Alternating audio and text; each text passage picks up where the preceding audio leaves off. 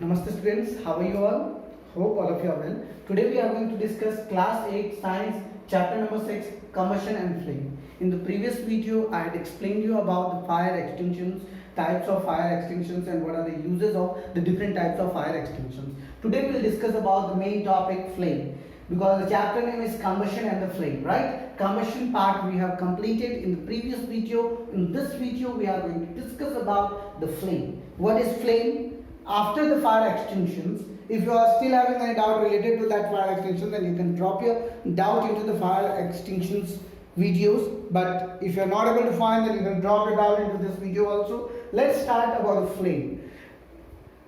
Some substances burn with the flame while others do not. Why is this different? Observe. It is a combustible substances produce volatile substances. The vapor catch fire and burn with the flame. Kerosene, LPG, petrol, wood and so on are the examples of the substances that burn with the flame. If a substance does not produce vapor, it does not burn with the flame. Question is what? Some substance burn with the flame. If you want to burn a wood, you require a flame to burn it, right?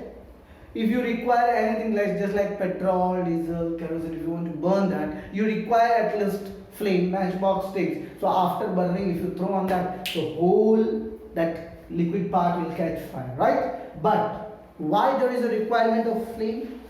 Why it does not burn without flame? And if a substance does not produce vapor, it does not burn with a flame. And if a substance does not produce vapor, it does not burn with a flame. When the complete combustion takes place, the flame is in the blue color. Yes. In the previous video or previous video, I had explained you about the complete and incomplete combustion. In the complete combustion means excess amount of oxygen is there when the burning process starts. It requires excess amount of oxygen and they get excess amount of oxygen. So there is no sooty flame, there is a blue flame. Blue flame means you will see in your kitchen house that you will see that whenever your mama is cooking anything, the kitchen stoves in the gas stove gives blue color heat, right?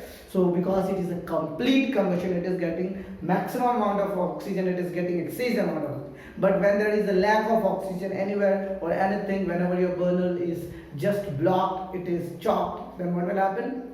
It will give you a sooty flame, yellow color flame. Yes? So here there is written, when complete combustion takes place, the flame is blue in color. The Bunsen burner has an air hole at the bottom. If the air hole is opened properly, the Bunsen burns with a blue flame. As I have already told you, your kitchen, that stove, Bunsen burner, you can see in the lab also Bunsen burner is there. One color, just you can see in your kitchen, sorry, in your chemistry lab, this type of one Bunsen burner is there.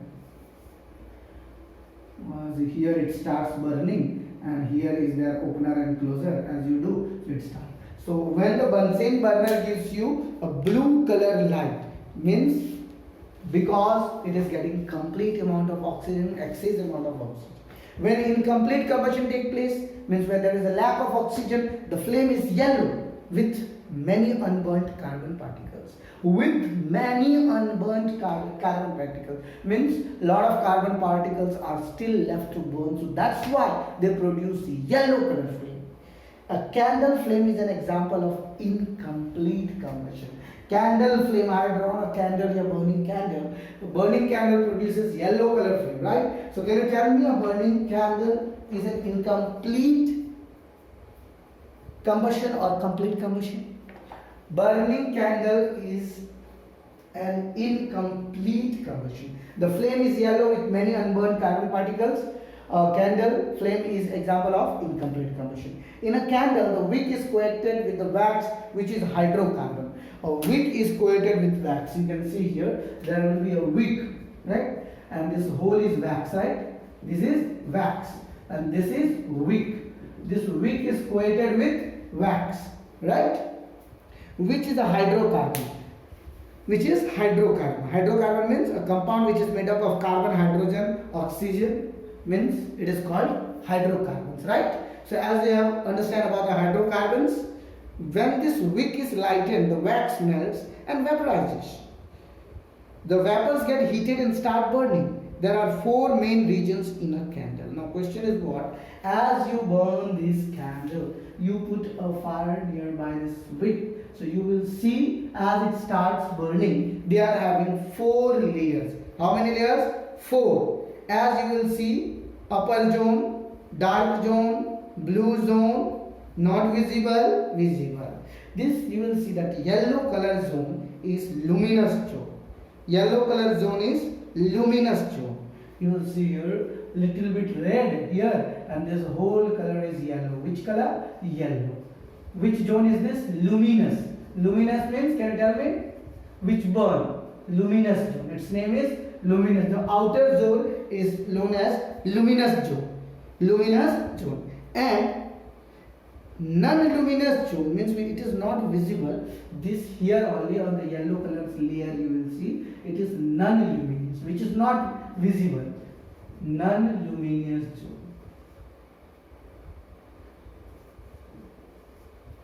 Luminous zone and non-luminous zone. Luminous zone and non-luminous zone, you will see here that in the luminous zone and non-luminous zone, luminous zone is not visible and luminous zone is visible, it is yellow in color. After that you will see wherever the candle is burning, near the dark zone is there, means this whole will be black color. This is black color. Wherever that wick is burning, so this is called dark zone. Which zone? Dark zone. And you will see on the bottom wherever the wick is burning, there is a blue color line. So that is called blue zone. How many zone? 4 zone. Luminous zone, non-luminous zone, dark zone and blue zone. How many zones? 4 zones. So yellow, you can see the color of luminous, non-luminous, dark and blue. So let us discuss about each and every zone. The outermost region of zone is called non-luminous. The outermost region of zone. Outermost means outer part which is yellow in color. So this outermost region of zone is called non-luminous zone. It is not visible. The outermost region of the zone. So this after the yellow color, which you can't see, yellow color you can see, but after the yellow color there is one more zone. So that zone is called non-luminous zone. It is not visible. This is the reason water, wherever the complete combustion take place, here the wax vapors get enough oxygen from the air to burn completely. This is the hottest part of the flame. See, whenever you keep your hands nearby the flame, it is the hottest place. You know, when this candle burns, we put here our finger nearby that. So it is the hottest part. The non-luminous zone is the hottest part of this flame, because here there is a complete combustion, because the wax vapor gets enough oxygen from the air to burn completely. It is the hottest part. Now come towards the luminous zone. The next zone is luminous. So first zone is non-luminous. This is number 1. Second is luminous. Third is dark. And fourth is blue zone. Okay. So first one luminous, as it is the hottest part. Now the next zone is luminous zone. The zone is incomplete or partial combustion. If anybody will ask you why the luminous zone is there, why yellow color light is there, because it is the incomplete combustion or partial combustion. The wax vapor do not get enough oxygen to burn completely, so carbon particle produce here glow, thus giving the flame in yellow color. Since they are not getting sufficient amount of oxygen, as they are giving here yellow color light, because of the partial combustion or incomplete combustion, they are producing yellow color light. So this is the second zone, that is luminous zone. Now third zone, the innermost zone in the dark zone. Here the vapor do not get an oxygen at all, so the carbon particles cannot burn. Soot gives the reason in dark color. Means you will see the wick is burning. Here little bit oxygen is also not there. Little bit also not there. And this soot zone means here they are not getting sufficient or little bit amount of oxygen. So that's why they are black zone. Which zone is that? Black zone. Because they are not getting little bit amount of oxygen, so that's why the carbon particles cannot burn, so they are giving a dark color. Soot gives this region as a dark color. And at the bottom of the flame, it is a blue zone. Here carbon monoxide, which is formed due to the partial combustion of wax vapor in the inner zones, burns completely with a blue flame. Here you can see, as I have told you, behind of this dark zone there is a blue zone. It is getting sufficient amount of oxygen, so the carbon monoxide, which is formed due to the partial combustion of wax vapor in the inner zone. So blue zone burns completely with the blue flame, right? So the candle flame always burns upward. This is because the hot vapors of the wax are lighter and the air and rises up as they burn. If anyone will ask you why they are always lighting upper side, because of the convection. What is convection? I had told you in the 7th standard you may have heard about the word convection. Convection means hot air rises up and cool air comes down. So that's why this hot air rises up. Got it? So this was our candle. Now question is, water droplets are seen on the pieces of glass. This is because the water vapor is formed during the combustion in the candle flame. Water droplets are seen on the piece of glass. This is because the water vapors is formed during the combustion in the candle flame. Now question is what? How you are able to see the water droplets on the glass. So here the water droplets are seen on the piece of glass. In the piece of glass, this is because the water vapor is formed due to the combustion in the candle flame. The lime water in the test tube turns milky because the carbon dioxide is formed during the combustion in the. You may have seen that whenever you want to paint your room, so the calcium means the chalk powder, just like calcium powder is there, so that is lime water solution. So why it turns milky? The tuna, you know, tuna. So when we put that tuna on our houses, why it turns milky? Why it converts into milky? Because carbon dioxide is formed during the combustion as in the candle flame. Means inside you will just put here milky, it will convert into the milky white. Why? Because as the lime water you are putting here, so as inside the combustions or flame starts and it converts into the milky. So that's why the lime water in the test tube turns milky, because the carbon dioxide is formed during the combustion in the candle flame. When the wire in the flame, you will see that the part of the wire just outside the luminous part of the flame becomes red. This is because the non-luminous part of the flame is the hottest part of the flame, and the part of the wire that is in the dark zone has a black footage that shows no combustion take place in the dark zone of the candle flame. So you can see here no combustion takes place in this dark zone. If anyone will ask you why here it is a dark everywhere near the wick, because no combustion takes place in the dark zone. No combustion takes place in the dark zone. So this was our actually candle's flame. If you are having doubt related this candle's flame, then you can just drop a doubt into the comment box section. And the most important thing about this flame, you may have heard also all this blackish color wire. Now there are few topics left about what is fuel efficiency. Can you tell me what is fuel? I hope all of you know. The sources of heat energy for domestic and industrial purpose.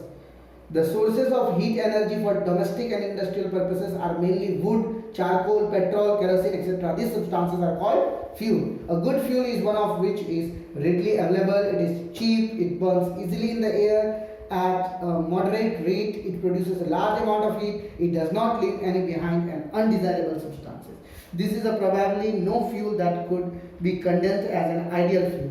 We should look for a fuel which fulfills most of the requirements of a particular use. Fuels in the different cost, some fuels are cheaper than others. Make a list of fuels familiar to use, group them as a solid, liquid and gaseous fuel as the tip. Now question is what? Can you tell any fuel as an ideal fuel? Ideal gas? Generally, for an ideal gas, the four things is required: that it must be cheap in rate. First thing, it must be cheap in rate. Second is, it should be easily available. Means it can be differ, it should not be differ from place to place. It can be easily, it can be solid, liquid or gas, anything. It can be considered as an ideal fuel if it burns easily in the air at a moderate rate, it produces a large amount of heat, and it does not leave any type of undesirable substance. These are all the things we will discuss in the next video. In this video we have discussed about the flames, the layers of the flames, luminous zone, non-luminous zone, dark zone and blue zone. I hope all of you have understand about this concept. If you are having any type of doubt related to this concept, then please drop your doubt into the comment box section. Don't forget to like and subscribe. Share this video with your friends so they can be also benefited. Thank you very much.